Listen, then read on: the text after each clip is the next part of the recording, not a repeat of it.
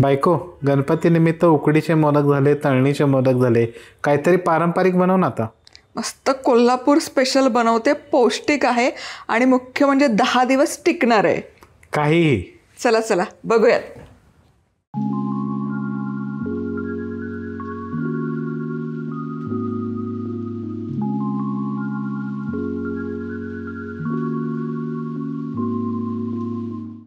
पश्चिम महाराष्ट्रात म्हणजे सातारा, सांगली, कोल्हापूर या भागामध्ये ना गणेश चतुर्थीला आवर्जून गोडाचा एक पदार्थ केला जातो.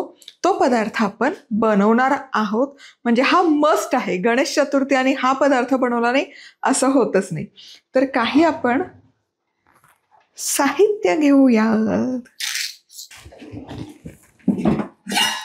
आणि ना हा पदार्थ अगदी घरच्या साहित्यामध्ये बनवून तयार होतो.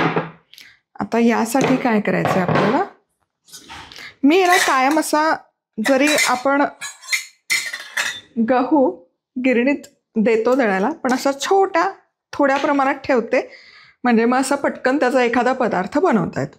तर इथे अर्धा कप इथे आपण गहू घेऊयात आणि अर्थातच पाणी टाकून स्वच्छ धुवून घ्यायचं.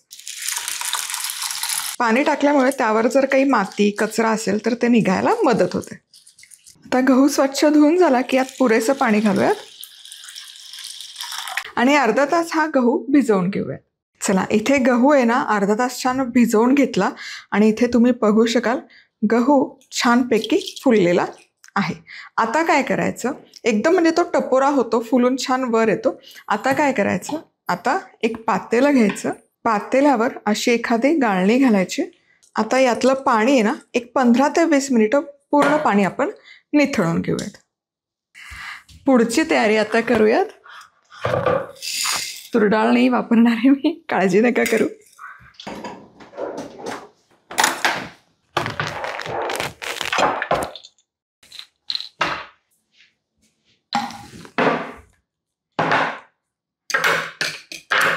आणि आपल्याला लागेल कटिंग पॅड. सगळ्यात आधी काय करते,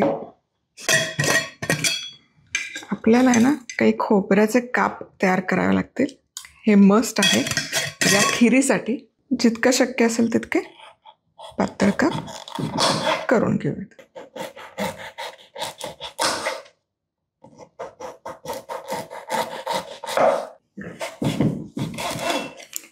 आता सुका मेवा घेऊया, थोडेसे बदाम आणि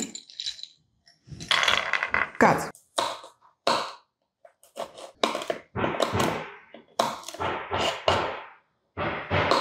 आता हे गहू आहे ना छानपैकी आपले सुकलेले आहेत, त्यातलं पाणी बऱ्यापैकी निथळून निघालेलं आहे. आता पुढे काय करायचं, मिक्सरचं भांडं घ्यायचं आणि यामध्ये हे गहू घालून घ्यायचं. गव्हाची खीर करताना आहे ना तो आहे ना हलकासा कांडून घेतात, म्हणजे त्यातला जो कोंडा आहे तो काढला जातो. आता हा कोंडा जनरली गहू उखळामध्ये कांडून घेतला जातो आणि मग तो पाखडून घेतला जातो. आज तुम्हाला अतिशय सोपी पद्धत मी दाखवणार आहे की फटाफट गव्हातला कोंडा कसा काढता येईल.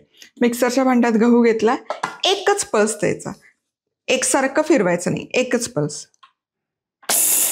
हे बघा, गहू अजिबात मोडलेला नाही आहे, पण हा कोंडा किंवा हे जी कणी आहे, चुरी आहे, ही मिक्सरच्या भांड्याच्या बाजूला ऑलरेडी जमा झालेली आहे.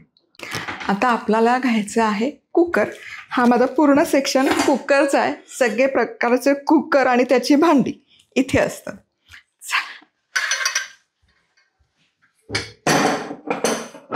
आता हा गहू कुकरच्या भांड्यात काढून घेऊ. यामध्ये घालायचं पाणी आणि एक 5 मिनिटं फक्त हे असंच ठेवत, म्हणजे त्याचा जो कोंडा आहे तो छान वर तरंगतो. इथे बघू शकाल गव्हातला जो भुसा आहे किंवा कोंडा आहे तो छान तरंगलेला आहे. आता पुढे काय करायचं,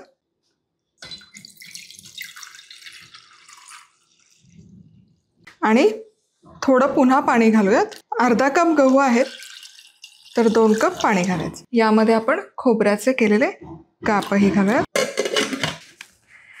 आणि आता मध्यम आचेवर एक 7 ते 8 शिट्ट्या काढून घ्यायच्या.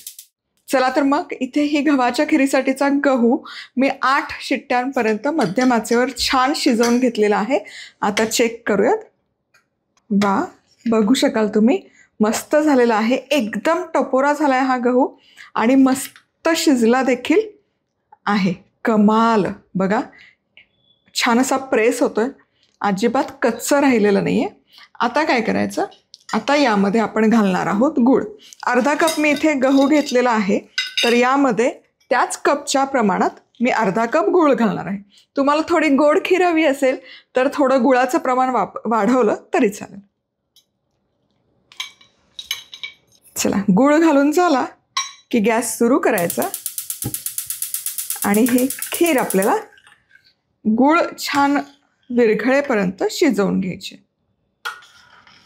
गूळ घातल्यावर एक 7-8 मिनिटं हे शिजवून घेतले आणि तुम्ही बघू शकाल गूळ इथे छानपैकी विरघळलेला आहे. आता काय करायचं, आता हा कुकर उचलून बाजूला ठेवूयात. इथे ना छोट्याशा कढईत तूप घेतलेलं आहे मी, 4 चमचे साजूक तूप आहे. यामध्ये हा आपण चिरून घेतलेला सुकामेवा घालूयात आणि छानपैकी सोनेरी रंगावर तळून घेऊयात. चला, सुकामेवा बघा छान असा सोनेरी रंगावर तळून झालेला आहे. आता ही जी गव्हाची खीर आहे यामध्ये हा सुकामेवा घालायचा.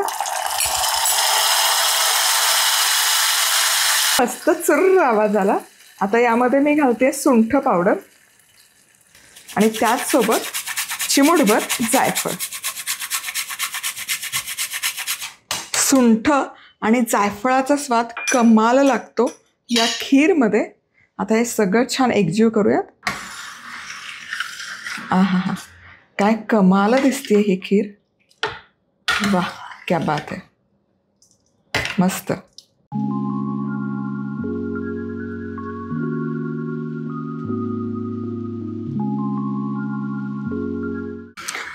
ही खीर ना आत्ता अशी खूप पातळ वाटते, पण जसजसा वेळ जातो तसतशी एकदम घट्ट व्हायला सुरुवात होते. आता हा झाला आपला खीरचा बेस तयार. ही खीर अशीच खातात, बऱ्याच जणांना अशीच खायला आवडते.